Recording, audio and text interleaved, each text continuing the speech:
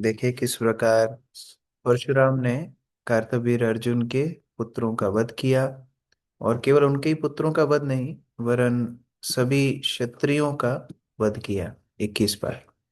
और उसी श्रृंखला में श्लोक संख्या 20। तो कार्तवीर अर्जुन के पुत्र जमदग्नि के शरीर मतलब सिर को लेकर के चले गए थे, और वो सिर को पुनः वापस लेकर के आए परशुराम। श्लोक संख्या 20। पितुः कायेन संधाय शिर आदाय बर्हिषि सर्वदेवमयं देवम् आत्मानं अयजन्मखे। धर्मपाल प्रभु। हरे कृष्णा प्रभु जी, दंडोत प्रणाम। तत्पश्चात परशुराम ने अपने पिता के सिर को अ, अ, मृत शरीर से जोड़ दिया और पूरे शरीर एवं सिर को कुशों के ऊपर रख दिया। वे यज्ञों के द्वारा भगवान वासुदेव की पूजा करने लगे, जो समस्त देवताओं तथा हर जीव के सर्वव्यापी परमात्मा है।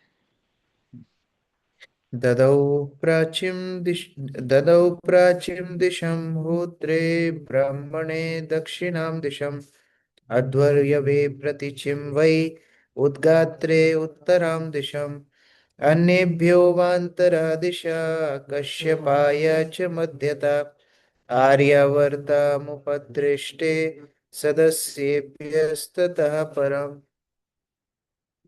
अक्रूर प्रभु। अनुवाद। यज्ञ की समाप्ति पर भगवान परशुराम ने पूर्वी दिशा होता को, दक्षिणी दिशा ब्रह्मा को, पश्चिमी दिशा अर्धव्यू को, उत्तरी दिशा उद्गाता को एवं चारों कोने उत्तर पूर्व, दक्षिण पूर्व, उत्तर पश्चिम तथा दक्षिण पश्चिम अन्य पुरोहितों को दान में दे दिए। उन्होंने मध्य भाग कश्यप को तथा आर्यावर्त उपद्रष्टा को दे दिया। शेष भाग सदस्यों अर्थात सहयोगी पुरोहितों में बांट दिया। तात्पर्य: भारत में हिमालय पर्वत तथा विंध्याचल पर्वत के मध्य का भूभाग आर्यवर्त कहलाता है। हरे कृष्ण। तो इस प्रकार से, क्योंकि कोई क्षत्रिय तो ही बचा नहीं, तो सारा ही विश्व परशुराम के ही अधीनस्थ हुआ, तो उन्होंने चारों दिशाएं चार पुरोहितों को बांट दी, जिस तरह भगवान राम ने यज्ञ के पश्चात बांटी थी, हमने पहले पढ़ा था।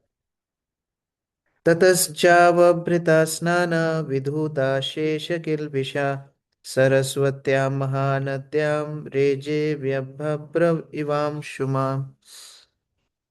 पूजा रावल माता जी, पढ़िए।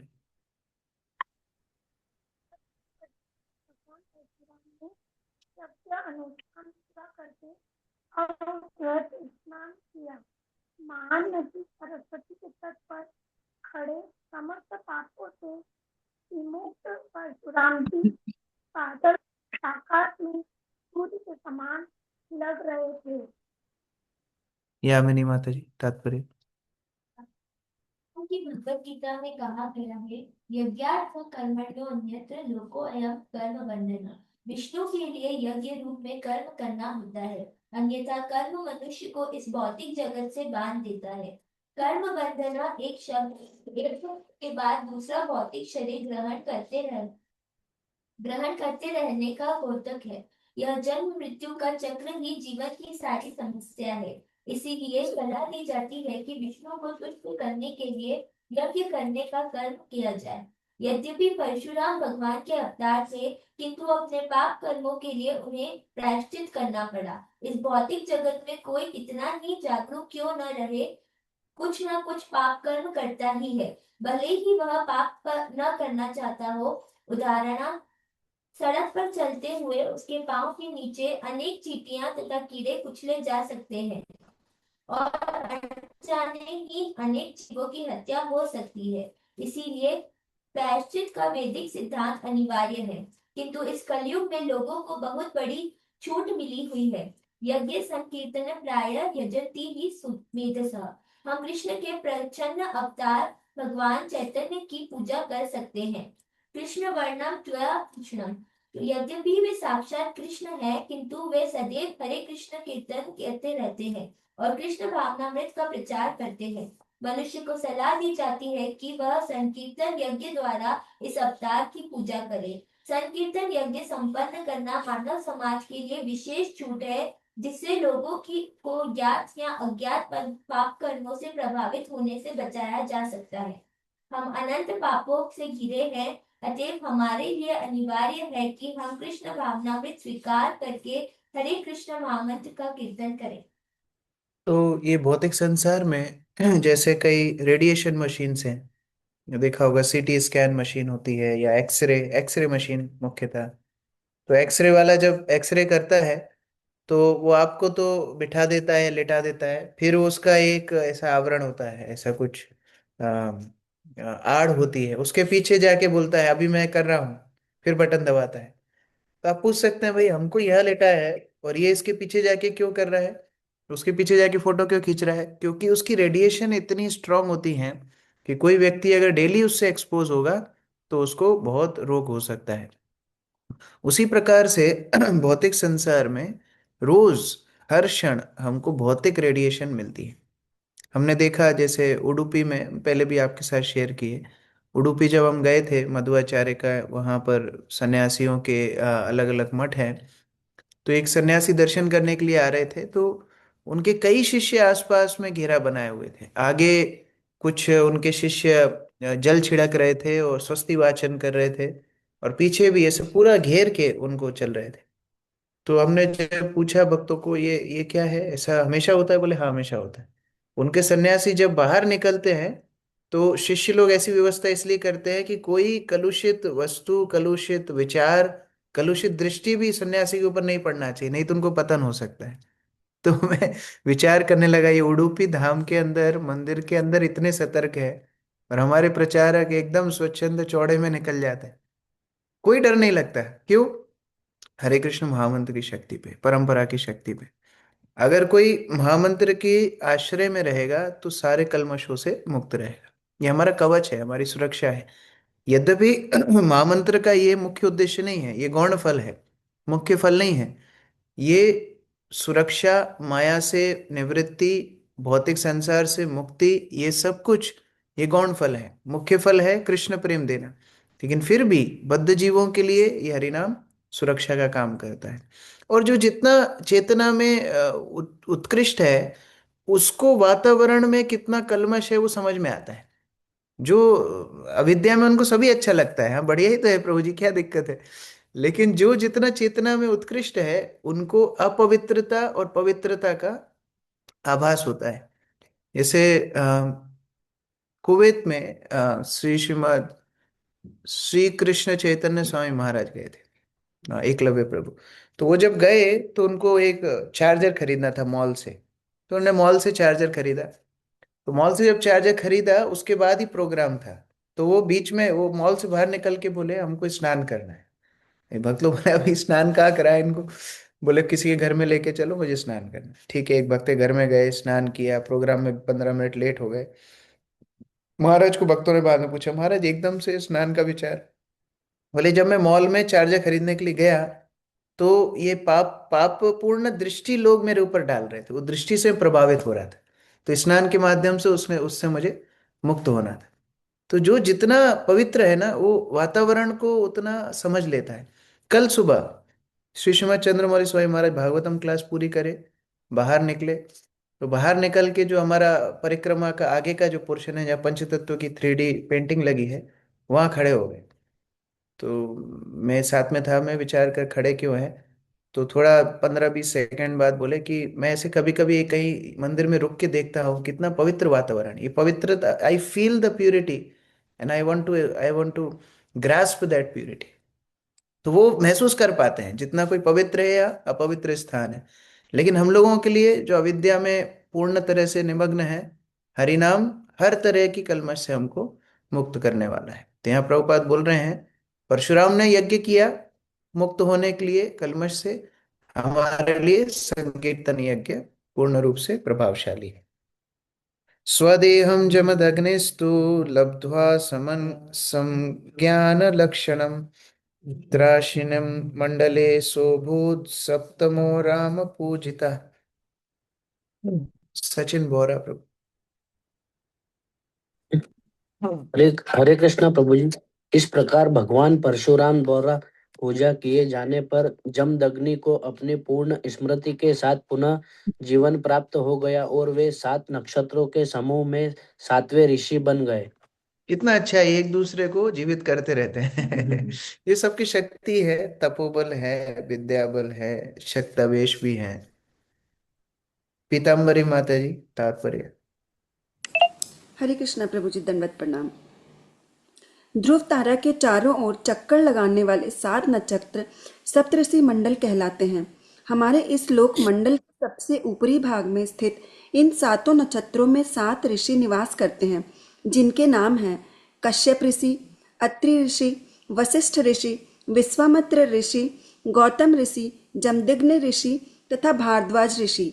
ये 7 नक्षत्र रात में रोज दिखते हैं और 24 घंटों में ध्रुव तारा की एक परिक्रमा कर लेते हैं। इन 7 नक्षत्रों के साथ अन्य नक्षत्र भी पूर्व से पश्चिम की ओर चक्कर लगाते हैं।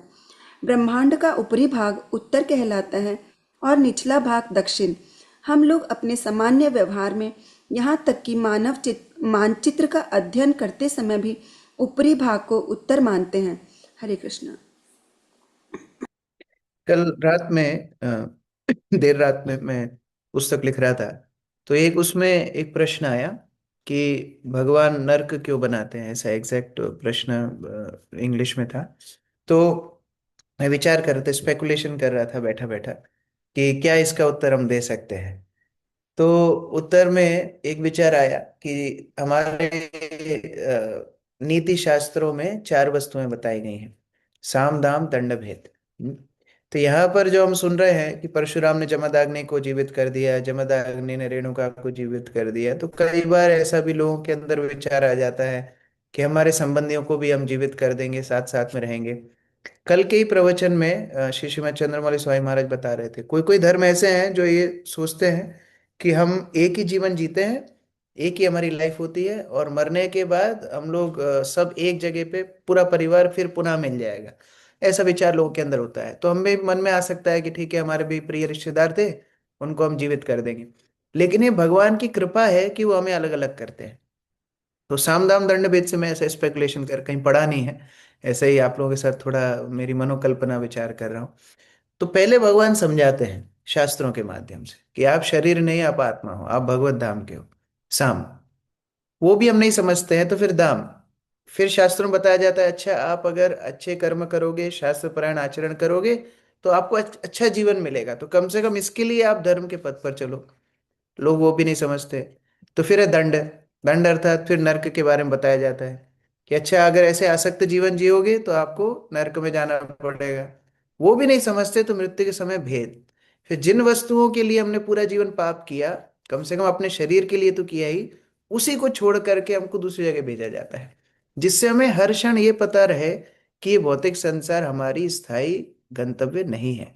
तो इस तरह से भगवान बार बार ये हमको प्रस्तुत करते हैं कि भौतिक संसार हमारा घर नहीं है। तो ये बहुत विशेष लोग हैं जिन्होंने अपने रिश्तेदारों को जीवित कर दिया, ये कर दिया, वो कर दिया, लेकिन ये आसक्त भी नहीं थे। हमारी आसक्ति को तोड़ने के लिए हमारा बिछुड़ना भी जरूरी है। जमदाग्नयोऽपि भगवान राम कमललोचना आगमने अंतरे राजन वर्धयिष्यति वै बृहत्। प्रमोदानंद प्रभु जी। हरे कृष्ण गुरु धन्यवाद। हे परीक्षित, अपने मनवंतर में जमदग्नि पुत्र कमल नेत्र भगवान परशुराम वैदिक ज्ञान के महान संस्थापक रहे होंगे। दूसरे शब्दों में वे सप्त ऋषियों में से एक होंगे। हरे कृष्ण प्रभु जी। आस्ते द्वापि महेन्द्राद्रौ न्यस्त दंड प्रशांतधि उपगीयमान चरिता सिद्ध गंधर्व चारणै। मुकुल प्रभु। आज भी भगवान परशुराम महेंद्र नामक पहाड़ी प्रदेश में बुद्धिमान ब्राह्मण के रूप में रह रहे हैं।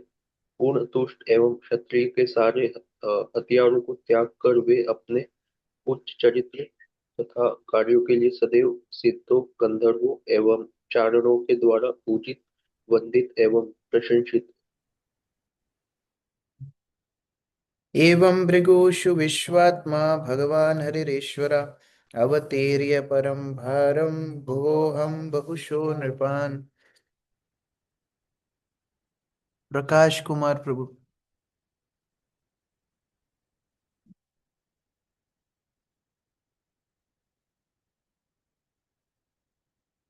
हिमांशु सोनी प्रभु।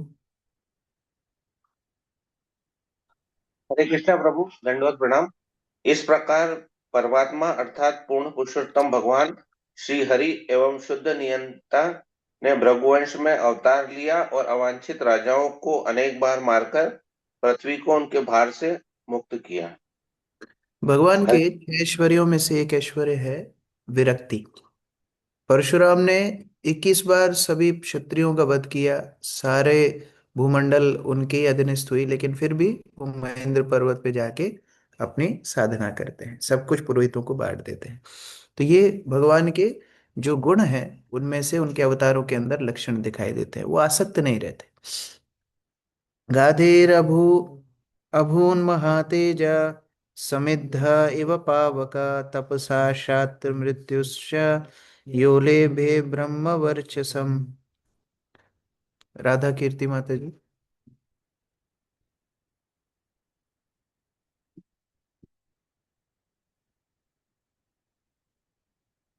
हरे कृष्णा। सुशील। हाँ। महाराज महाराज गाधी का पुत्र विश्वामित्र अग्नि की लपटों के समान शक्तिशाली था। उसने तपस्या द्वारा क्षत्रिय पद से तेजस्वी ब्राह्मण का पद प्राप्त किया। तात्पर्य पढ़ो प्रभु। अगला अगला अभी परशुराम बताने के बाद विश्वामित्र का इतिहास बता रहे हिमांशी माता जी।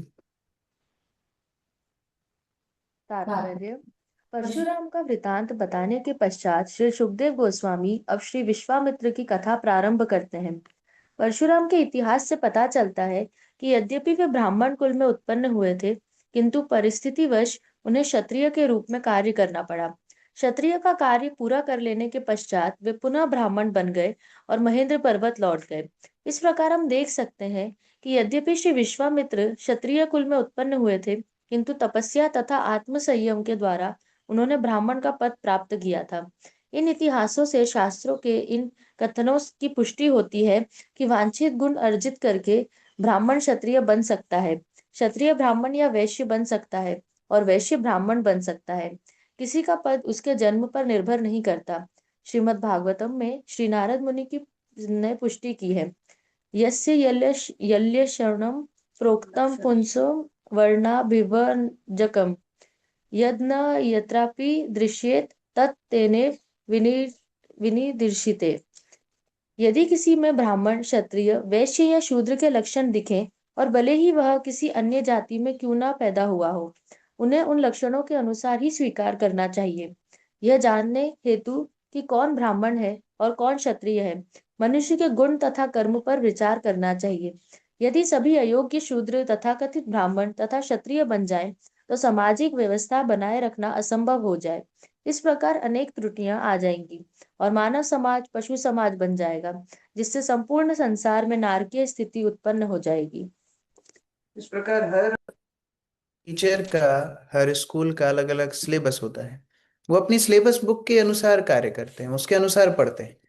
तो कोई दूसरा स्कूल का टीचर दावा करेगा कि आप ये क्यों पढ़ा रहे हो, उनका अधिकार नहीं है। उसी प्रकार प्रभुपाद ये इंग्लिश में शब्द स्कूल किए, मायावाद स्कूल, वैष्णव स्कूल। आप लोग जो इंग्लिश में प्रभुपाद के तात्पर्य पढ़ते होंगे, ये बार बार आता है, मायावाद स्कूल, वैष्णव स्कूल। क्यों? क्योंकि अलग अलग शिक्षा प्रणाली है। हमारा प्रमाण क्या है? हमारा प्रमाण है भागवत। धर्म और नित्यानंद वो भजन में आता है, मध्यस्थ श्री भागवत पुराण। हमारी परंपरा का ये शास्त्र आधार है भागवत। जो भागवत को नहीं मानते हैं, फिर वो उनके साथ हम लोग तर्क करना ही नहीं चाहेंगे। जो मनुस्मृति लेके आ जाएंगे, जो ये उपनिषद लेके आ जाएंगे, अच्छा है, लेकिन हमारा प्रमाण क्या है? भागवत है। तो उस भागवत में नारद मुनि श्रेष्ठ बोल रहे हैं, वर्णाश्रम का विभाजन गुण के आधार पर है। तो वही हमारा आधार बनता है, वही हम लोग पालन करते हैं। विश्वामित्रस्य चैवासं पुत्रा एकशतं नृपा मध्यमस्तु मधुच्छन्दा मधुच्छन्दा स एव ते। सुशील प्रभु। हरे कृष्णा प्रभु जी। हे राजा परीक्षित, विश्वामित्र के 101 पुत्र थे, जिनमें से बीच के पुत्र का नाम मधुछंदा था। उसके कारण अन्य सारे पुत्र मधुछंदा नाम से विख्यात हुए। हरे कृष्ण। तो बीच का है वो, ज्येष्ठ पुत्र भी नहीं है, लेकिन शायद उनके कार्य इतने इतने उत्कृष्ट होंगे कि उनके नाम से बाकी पुत्रों के नाम पड़ गए। तात्पर्य रेखा माता जी।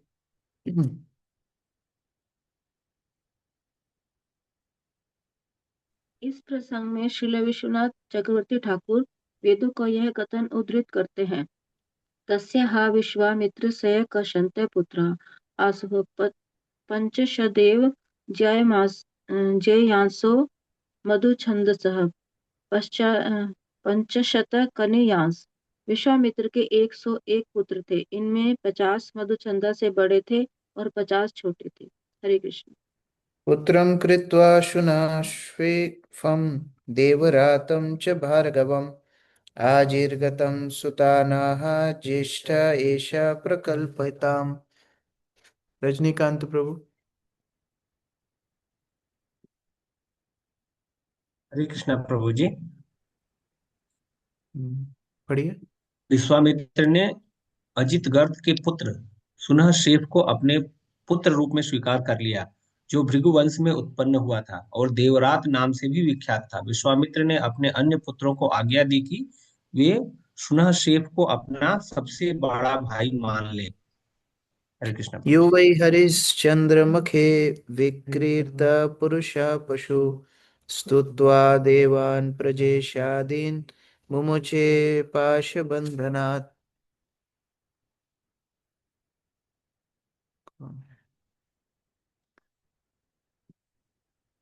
सुनीता माता जी पढ़िए।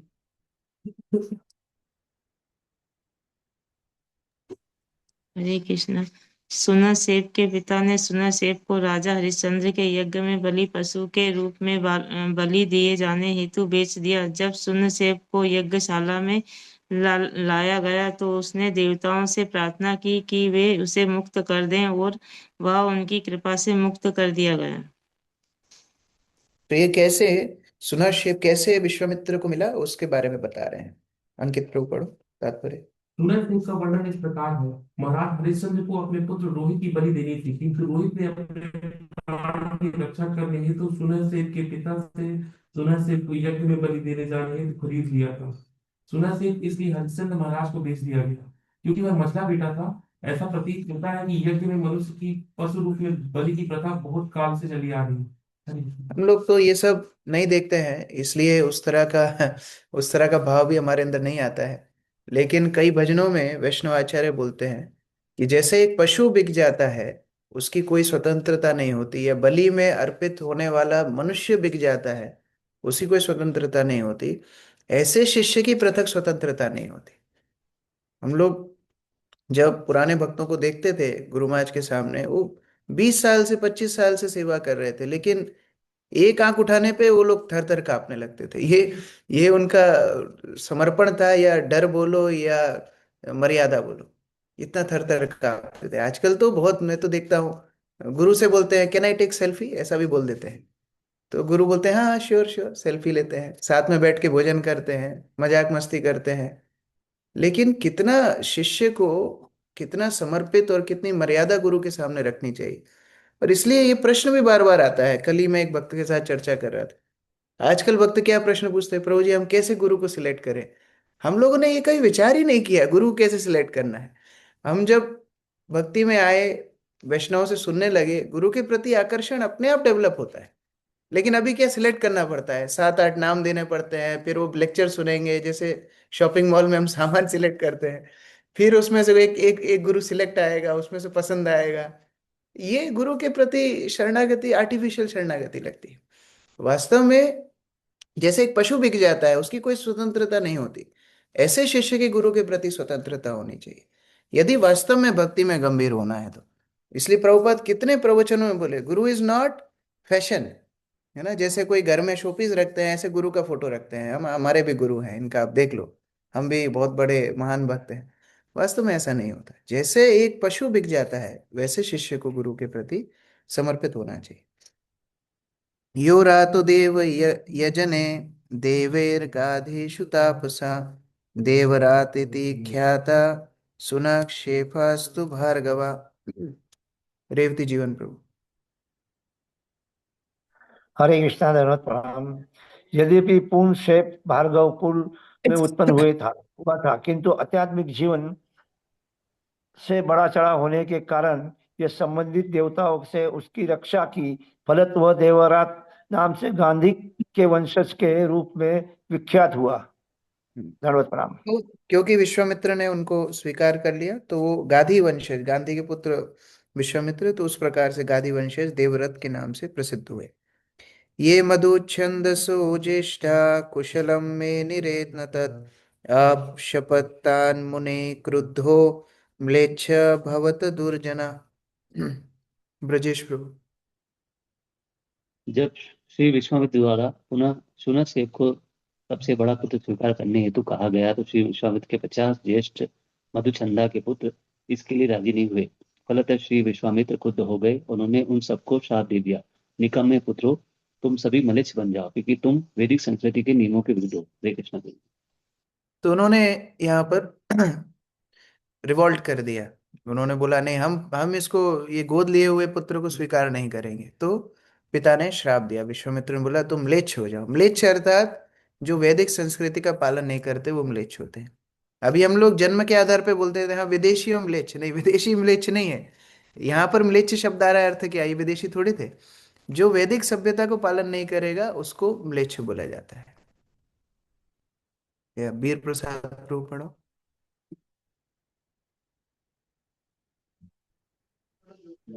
वहीं से पढ़ो, वैदिक जोर से आवाज साहित्य आ में जाएगी। मलेच्छ तथा यवन जैसे शब्द होते हैं। मलेच्छ हैं वे जो वैदिक सिद्धांतों का पालन नहीं करते। पूरे जमाने में मलेच्छों की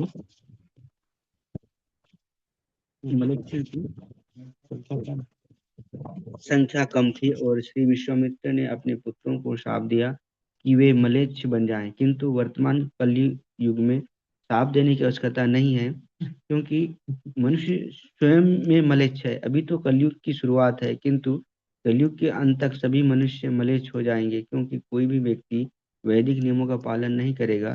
तब कल की अवतार का प्राकट्य होगा। मलेच्छ वह निधने कलयसी कर बालम, वे अपनी तलवार से सभी मलेच्छों का अंधाधुंध विनाश करेंगे। प्रभुपाद बोल रहे हैं अभी श्राप देने की आवश्यकता नहीं है, कि अपने आप ही गर्त में डूबते जा रहे हैं, तो अभी दूसरे को डुबाने की आवश्यकता ही नहीं। स होवाच मधुच्छन्दः सार्धं पंचशतः तथा यन्नो भवान् संजानिते तस्मिं तिष्ठामहे वयम्।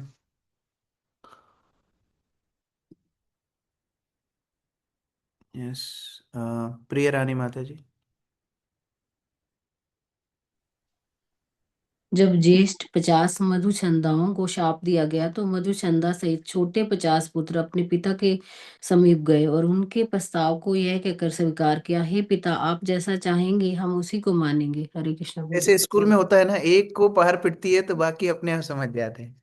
तो छोटों ने बोला हमको नहीं चाहिए श्राप, मान लेंगे जो आप बोलेंगे। ज्येष्ठं मंत्रदृशं चक्रुस्त्वामवंशो वयं स्महि विश्वामित्रसुतानाः वीरवन्तो भविष्यथा ये मानं मे अनुगृह्णन्तो वीरवन्तम् अकर्तमाम्। पढ़ेंगे भूमिका माता जी पढ़ो। अनुवाद तात्पर्य। छोटे मधुचंदाओं ने सुदर्शन को अपना बड़ा भाई मान लिया और उससे कहा, हम आपके आदेशों का पालन करेंगे। तब विश्वामित्र ने अपने इन आज्ञाकारी पुत्रों से कहा, क्योंकि तुम लोगों ने सुदर्शन को अपना बड़ा भाई मान लिया है, अतएव मैं संतुष्ट हूँ। तुम लोगों ने मेरे आदेश को स्वीकार करके मुझे योग्य पुत्रों का पिता बना दिया है, अतएव मैं तुम सबको आशीर्वाद देता हूँ कि तुम भी पुत्रों के पिता बनो। तात्पर्य, विश्वामित्र के 100 पुत्रों में आधों ने सुदर्शन को बड़ा भाई नहीं माना, किंतु आधों ने उनके आदेश को मान लिया। अतएव पिता ने आज्ञाकारी पुत्रों को पुत्रवान होने का आशीर्वाद दिया, अन्यथा उन्हें भी पुत्र विहीन म्लेच्छ बनने का शाप दे दिया। तो केवल महान पिता की संतान होना ही पर्याप्त नहीं है। ये एक और उदाहरण आता है चैतन्य लीला में अद्वैताचार्य का। अद्वैताचार्य के कई पुत्र थे और उनमें से कुछ पुत्र महाप्रभु के सेवक बने और कुछ पुत्रों ने मायावाद को स्वीकार किया। तो अद्वैताचार्य के उन पुत्रों को स्वीकार नहीं किया जाता, वो अद्वैत वंश नहीं कहलाते। लेकिन जिन्होंने महाप्रभु को सेवा की, महाप्रभु की शिक्षाओं को ग्रहण किया, उनको अद्वैताचार्य का पुत्र माना जाता है। ऐसे ही शिला प्रभुपाद के भी पुत्र पुत्री एक बार केस करने के लिए इस्कॉन पे आए थे, ये सब हमारा है। तो ये बहुत बड़ा केस चला। तो फिर बाद में कोर्ट ने सिद्ध किया, नहीं, भक्तिवेदांत स्वामी के पुत्र कौन है? जो इस्कॉन की शिक्षाओं को पालन कर, उनके शिष्य उनके पुत्र हैं। तो इसी प्रकार से दीक्षा लेकर के हम गुरु को समर्पण करते हैं। सारे शिष्य समान नहीं होते हैं। जो शिष्य गुरु की आज्ञा को अपने प्राण मानते हैं वो योग्य शिष्य होते हैं, और जो गुरु की आज्ञा का पालन नहीं करते, अपने वचनों का ही पालन नहीं करते, तो फिर वो म्लेच्छ बन जाते हैं। एषा वा कुशिका वीरो देवरातस्तमन्विता अन्ये चाष्टक हरिता जय क्रोतु मद आत्यय। यस, अकिंचित। विश्वामित्र ने कहा, हे कुशिकों, यह देवरात मेरा पुत्र है और तुम में से एक है, उसकी आज्ञा का पालन करो। हे परीक्षित, विश्वामित्र के अन्य अनेक पुत्र थे, अष्टक, हारीत, जय तथा क्रतुमान इत्यादि। एवं कौशिक गोत्रम तो विश्वामित्रैः पृथग्विधम् ग्रावरातमापन्नं त्वद्धि चैव प्रकल्पितन्। अर्जुन। फिर विश्वामित्र ने कुछ पुत्रों को शाप दिया और अन्य पुत्रों को आशीर्वाद दिया और एक पुत्र को गोद भी लिया। इस प्रकार कौशिक वंश में बहुत विविधता थी, किंतु सभी पुत्रों में देवरात ही ज्येष्ठ माना गया। इस प्रकार श्रीमद् भागवतम के नवम स्कंद के अंतर्गत भगवान परशुराम द्वारा विश्व के क्षत्रियों का विनाश नामक 16वें अध्याय के भक्ति वेदांत तात्पर्य पूर्ण हुए। तो इसमें कई वंशावलियों का चर्चा में ये विश्वामित्र का भी चरित्र आ गया, परशुराम का भी चरित्र आ गया। अभी पुरुरवा के वंशजों का वर्णन आ रहा है, क्योंकि पुरुरवा के वंशजों में फिर यदु, और यदु के माध्यम से यदुवंश, और फिर भगवान कृष्ण का प्राकट्य। तो ये 3-4 अध्यायों में भगवान कृष्ण तक सुखदेव गोस्वामी पहुंचने वाले। हरे कृष्ण। किसी का कोई प्रश्न है? यस, परमेश्वरी माता जी। हरे कृष्णा प्रभु जी, दंडवत प्रणाम। प्रभु जी, मेरा प्रश्न तो नहीं है, लेकिन बहुत अच्छा सा मतलब ये रियलाइजेशन या मैं अप्रिसिएशन बेसिकली करना चाहती हूँ कि पढ़ रहे हैं और पहले भी पढ़ा है, तो एक हम लोग, मैं एटलीस्ट स्टोरी के टाइप से इसको पढ़ा, लेकिन जब आप डिटेल से समझाते हैं कि किस तरह से इसी चीज को एक गुरु और शिष्य के माध्यम से हम समझ रहे हैं, सो बहुत अमेजिंग लगा Prabhu ji. Thank you so much. So इसी तरह आप हमारा मार्गदर्शन करते रहे। Thank you Prabhu ji. आप जो सीनियर डिवोटीज ऐसे बोलते हो तो मैं अभी क्या बोलूं। वास्तव में डिवोटीज की कृपा से ही कुछ रियलाइजेशन आता है। मैं अलग से पढ़ूंगा तो कभी ये रियलाइजेशन नहीं आएंगे। मैं कोई प्रिपेयर करके तो आता नहीं हूँ, आप लोगों के साथ बैठता हूँ तो कुछ निकलता है। तो ये वैष्णव की कृपा है। और चैतन्य चरितामृत में लिखा है कि भागवत सूर्य सम भागवत विभु सर्वाश्रय प्रति श्लोके प्रति अक्षरे नाना अर्थ का है। तो ये भागवत जो है सूर्य के समान है। सूर्य को कोई नाप नहीं सकता, सूर्य की ऊर्जा को कोई नाप नहीं सकता। उसी प्रकार से भागवत को कोई नाप नहीं सकता। विभु सर्वाश्रय, इतना श्रेष्ठ है भागवत कि सबको आश्रय दे सकता है। और कैसे? प्रति श्लोके प्रति अक्षरे नाना अर्थ का है। हर श्लोक, हर शब्द के इतने अर्थ है कि हम लोग जितनी बार पढ़ेंगे उतने नए नए रियलाइजेशन निकलेंगे। इसलिए बार बार भागवत को पढ़ना चाहिए, खत्म खत्म नहीं करना चाहिए। वो तो जीवन भर हमको भागवत को पढ़ना है। Thank you. भुवन मोहिनी माता जी। हरे कृष्णा प्रभु जी, दंडवत प्रणाम। प्रभु जी, मेरा एक क्वेश्चन था कि जैसे कार्तवीर्य अर्जुन है, ये इन्होंने दत्तात्रेय को पूजा था। दत्तात्रेय जो है भगवान की शक्तावेश अवतार है। हाँ, दत्तात्रेय भगवान के शक्तावेश अवतार है। तो अभी तक जैसे हम सुनते हैं कि अभी भगवान की संगति में जो भी आते हैं वो गलत भावना से भी आए तो सुधर जाते हैं, है ना। जैसे कि ध्रुव महाराज को राज्य चाहिए था, लेकिन फिर वो शुद्ध भक्त हो गए। और अलग अलग देवी देवताओं के संपर्क में जो आते हैं, जैसे कि हिरण्यकश्यप, रावण, हिरण्याक्ष, तो ये भौतिक चीजें मांगते हैं और बाद में ये विनष्ट हो जाते हैं। लेकिन जो भगवान के लिए भौतिक रूप से भी आते हैं, पर वो बाद में भक्त हो पवित्र हो जाते जाए। हैं। तो कार्तवीर्य अर्जुन के केस में इस बात हाँ, को तो हम कई कैसे सही। कई कई जन्म भी लगते हैं। अभी हम एक जन्म देख रहे हैं कार्तवीर अर्जुन का, हो सकता है अगले जन्म में उसको शुद्धि मिलेगी। जैसे जब कुब्जा के पूर्व जन्म का इतिहास हम पढ़ते हैं, तो कुब्जा पूर्व इतिहास में कौन थी? कुब्जा थी शूर्पणखा। रखा। शूर्पणखा भगवान के पास आई, भौतिक इच्छा लेकर, काम वासना लेकर के आई, अगले जन्म में शुद्ध कर दिया। भगवान ने स्पर्श करके कुब्जा को स्वीकार किया। उसी तरह पूतना, पूतना पूर्व जन्म में कौन थी? बलि महाराज। बलि महाराज कन्या थी। वो वामन देव को दूध पिलाना चाहती थी, लेकिन जब वामन देव ने सब कुछ हरण कर लिया, उसने सोचा इससे अच्छा तो जहर पिला देती। हाँ, तो वो वासना गलत हो गई, लेकिन भगवान ने फिर अगले जन्म में मौका दिया। ठीक है, तुम दूध पिलाना चाहती हो, हमको दूध पिलाओ। और भगवान ने स्पर्श करके पूतना को धात्री पद दे दिया। तो एक जन्म में हो सकता है, हमको नहीं दिख रहा है अभी कार्तवीर अर्जुन का, लेकिन यदि भगवान के स्पर्श में आया है और यहाँ पर परशुराम के हाथों से अगर ये हुआ है, तो फिर आगे जाके उसको शुद्ध भक्ति मिल जाएगी। तो ये अलग अलग इतिहास अलग अलग जन्म में हो सकते हैं। थैंक यू सो मच प्रभु। हरे कृष्ण। हंसराज प्रभु। हरे कृष्णा प्रभु जी, धन्यवाद प्रणाम। प्रभु जी, 2 दिन पहले मैं भगवत गीता का प्रचार कर रहा था, तो एक व्यक्ति ने मेरे से पूछा कि ये जो आपकी फिलॉसफी कौन सी है, द्वैत के अद्वैत?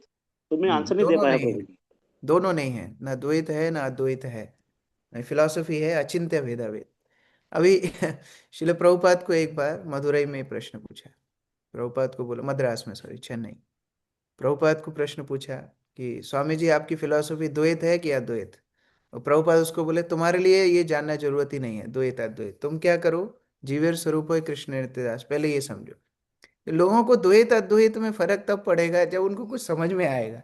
अभी हम लोग द्वैत बता दें, अद्वैत बता दें, अचिंत्य भेद बता दें, सब ऊपर व्हाइट बोल जाने वाला है, वो कुछ काम में नहीं आने वाला है उनके। लोगों को पहले ये समझना है वो शरीर नहीं, वो आत्मा है, भगवान के दास है। इसलिए हम लोग अपना प्रचार का स्तर एकदम उनके स्तर पे ला करके बेसिक रखते हैं।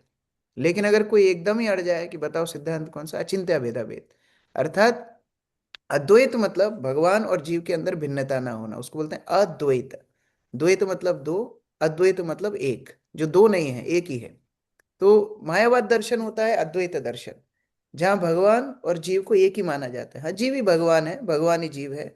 जब भगवान माया में पड़ जाते हैं, जीव बन जाते हैं, जीव जब मुक्त हो जाएगा, भगवान बन जाएंगे। ये अद्वैत दर्शन है। तो ये एकदम बेकार दर्शन है।